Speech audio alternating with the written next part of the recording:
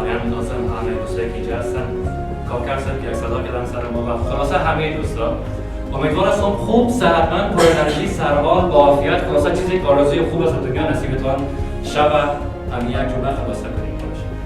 هفته قبل بسته چند طرف موفقیت شروع شد و گفتیم که با استفاده از قانون تکنیک مدیریت زمان یا ساعت دیدار ما میتونیم که درست بعضی مسائل را تنظیم کنیم، مخصوصا زمان کاری ما را. گفتیم از این به بعد به جای از اینکه ما یک مسئله را مبهم کنیم، مسئله ختم زمانش را تنظیم میکنیم. چرا؟ از این اول تایم شروع کار را در نظر میگیریم، زمانی که میخوایم کار انجام بدیم را با مکانش ادغام میکنیم و در آخر هم جایی که میخوایم که این کار ختم کنیم را پیشکی تنظیم میکنیم. خب به هر صورت کسایی که هفته قبل آمدن در اینجا و میفهمند که بحث‌های ما و برکت چقدر با هم فرق داره. برکت بود انگیزشی صحبت میکنه و شما ذهنیت سازی میکنه و شما به تئوری یک ذهنیت را ایجاد میکنه و من در چند دقیقه خیلی خلاصه بعضی کارهای عملی را که در شما میتونید استفاده کنید با شما بیان خواهم کردم. در این جریان شما میتونید چهره جذاب‌ترین بچه افغانستان را مشاهده کنید و در این جریان من بحث‌های خود را خواهم داشت.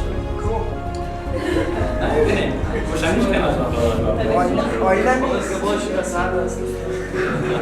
زندهش هم ببینید و عکسش هم ببینید، در صورت راحت هستید. خب بحث خودشناسی و خودآگاهی را از نگاه تئوری ما فهمیدیم که چی است.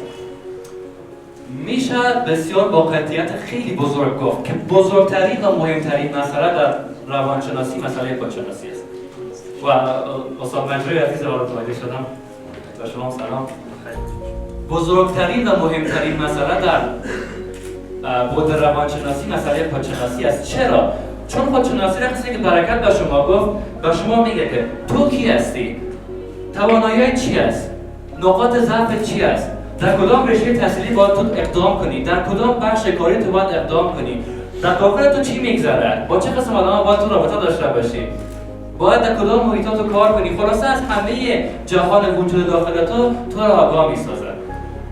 سابق به خاطر از اینکه برن به خودشناسی و خودآگاهی برسن میرفتن پیش روانشناسای مختلف مراجعه میکردن و پول خیلی زیاد میدادن.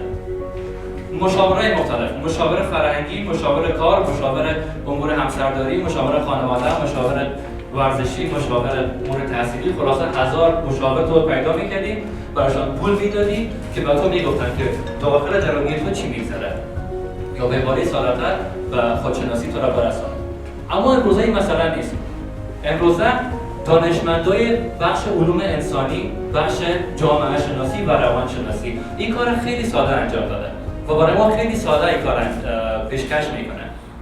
با کدام کارا؟ با 20 تست بین‌المللی روانشناسی. آزمون‌های خودآگاهی را این دانشمندای بزرگ برای ما پیشکش کرده. این آزمون‌های خودآگاهی توسط سازمان صحت جهانی عملی شده، تایید شده و مؤسسات بزرگ روانشناسی مثل سایکولوژی تودی و دیگر مؤسسات را قبول کرده. و بزرگترین مؤسسه روانشناسی دنیا که DSM هست هم نیست تایید شده. 20 آزمونی است که اگر این 20 آزمون شما دانه انجام بدید که هر کدامش نیم ساعت بیشتر وقت نمیبره. که اگر روزانه یک تست انجام بدید در 20 روز شما به خودآگاهی میرسید، به خودشناسی میرسید، از درون خود آگاه میشید. این 20 تست را من براتون دانه لیست میکنم بعدا. فعلا من فقط 3 تست خیلی مهم و بزرگ که مهمترین تست هاست رو به شما بیان میکنم. اول تست MBTI که تست MBTI به شما 4 مؤلفه بزرگ میگه. این که درونگرا هستید، بیرونگرا هستید، این که شهودی هستید یا حسی هستید، این که منطقی هستید یا بیشتر روی احساسات کار میکنید و بحث‌های دیگر.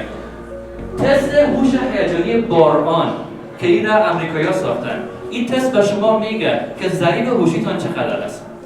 دقیقاً هوش شما در کدام کار بهتر عمل میکنه. شما باید کدام کار را انجام بدید. وظیفه شما باید چی باشه.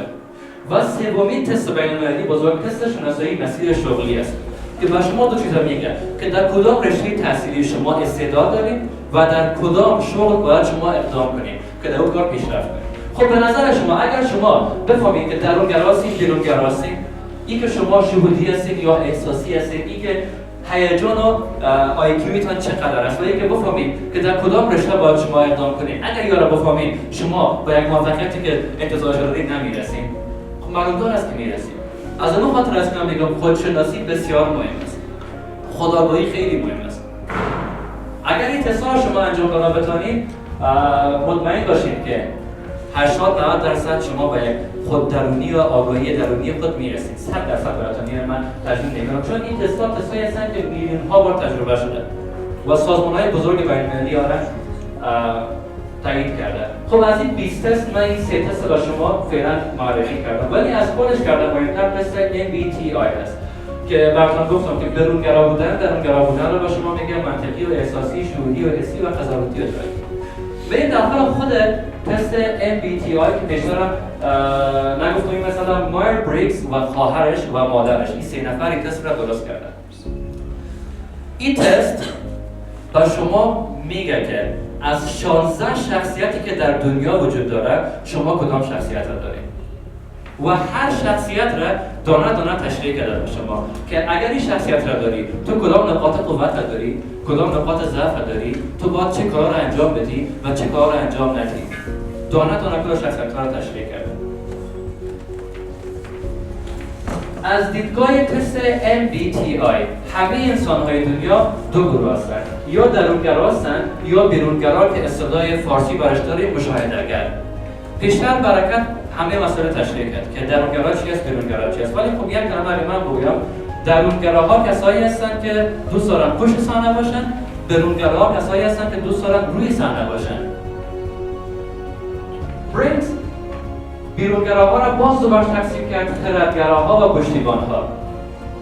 پشتیبانها کسایی هستند که نقش یک انجوی دونه را بازی میکنن، دوست دارن که در روی صحنه باشن اما من حیث یک حامی. به عنوان مثال این سمینار را برکت عزیز مدیریت کرد، تنظیم کرد، ایده خود برکت بود، اما از پشت سر حاجی صاحب اقبال‌اعظم من حیث یک دونر آمد اینجا عمل کرد که این سمینار برگزار شد و تلویزیون اقبال انتشارات لازم همه کسایی دیگه.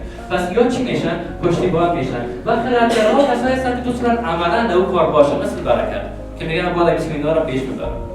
خب به این شکل باز دوباره یا تقسیم بندی میکنند و 16 تیپ شخصیتی مختلف که به این شکل درونگرا را میگن به آرمانگراها هستن و تجربه‌گراها. تجربه‌گراها کسایی هستن که دوست دارن کارهایی را انجام بدن که تجربی باشه و کسی اون را نبینه، مثل هنرمندای نقاشی، مثل خطاط‌ها، مثل عکاس‌ها و کسای دیگه. و درونگراهای آرمانگرا کسایی هستن که دوست دارن مدیر و رهبری باشن که هیچ کس اون را نشناسه، مثل سازنده بیت کوین که بیت کوین یک ارز دیجیتالی است که فعلا هیچ کسی اون را نمیشناسه. خب خلاصه این 16 تیپ شخصیتی، تیپ سازنده است، مروج است، پیشرگر است، راهنما است، مربی، شفاعت‌دهنده، قهرمان، یادداشت‌آور، بیمار. خلاصه هر کدام از اینا خصوصیت‌های خود دارند که من شخصا از امتحان MBTI که بیرون شدم برای من گفتش که شخصیت تو INTJ است، یعنی شخصیت ابداع کننده یا تعیین کننده. این یک چیز خیلی مهم است که کلتون حداقل یک باری تست را انجام بدید. خیلی دوست داشتم که این تست را اینجا عملی و شما سر یک نفر انجام بدم، اما متاسفانه که انجام دادن این تست حداقل 14 دقیقه طول میکشه.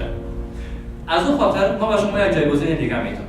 امروزه به خاطر انجام دادن این 20 تستی که با شما گفتم سازمان‌های بین‌المللی از شما پول میگیرن. شما باید پول بدید، اما من با شما جایگزینی را میتونم، سایت‌هایی را با شما میتونم که شما میتونید هر 20 تست را به صورت کاملا رایگان، کاملا اتوماتیک که فقط پرسش‌ها شما پرسیده میشه و شما اتومات فقط کلیک میکنید و با شما جوابش میاره و در آخر نتیجه تست کاملا محرمانه در ایمیل آدرس شما را وارد میشه که شما چه قسم شخصیت دارید و با شما به صورت کاملا رایگان این لینک‌ها را روان میکنم که از این لینک‌ها شما استفاده کنید تا بتونید به شخصیت درونی خود برسید. چون بحث‌های عملی اجتماعی هست و بحث اجتماعی امروز ما بحثی نبود که من بتونم میده دانه اینجا تطبیقش کنم و بحثی بود که باید خودتون یک تطبیق کنید. فعلا فقط این بحث من را طوری عیار کنید، قسمی از اینتان بگیرید که فرزاد آمد با شما MBTI را معرفی کرد و بعد از اون باید بریم این انجام بدیم. خب شماره واتساپ هم هست، کسایی که در شماره واتساپ پیام بتن و با شما لینک های تست ها رو به صورت رایگان روان میکنم و از این تست ها شما استفاده کنید و شخصیت درونی خود را پیدا کنید. بازم میگم هر کدوم از این 16 شخصیت از خود خوبیای بر داره، بدیای بر داره و مایندز به شما گفته که این شخصیت باید کدام کار را انجام بده و کدام کار را انجام نده. پس امیدوار هستم که بحث‌های من براتون جذاب بوده باشه، خسته کننده نبوده باشه. تشکر که همراه من بودید. قشنگ دوست باشین. پیام بدید.